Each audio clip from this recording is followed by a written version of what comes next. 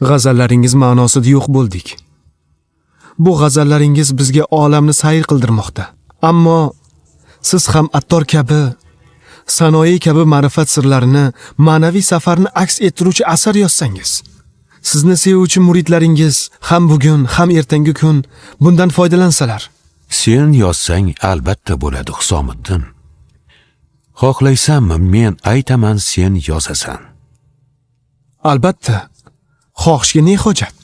Siz lutf qilsangiz bizga shu kifoyadir, afandim. Men qoralashni boshlagandim. Sen bilan nihoyasiga yetkazaylik.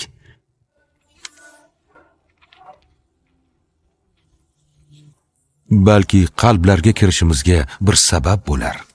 Xudovandigor. Bu Bishnev inney uchun hikoyat میکند. از جدایی ها شکایت میکند.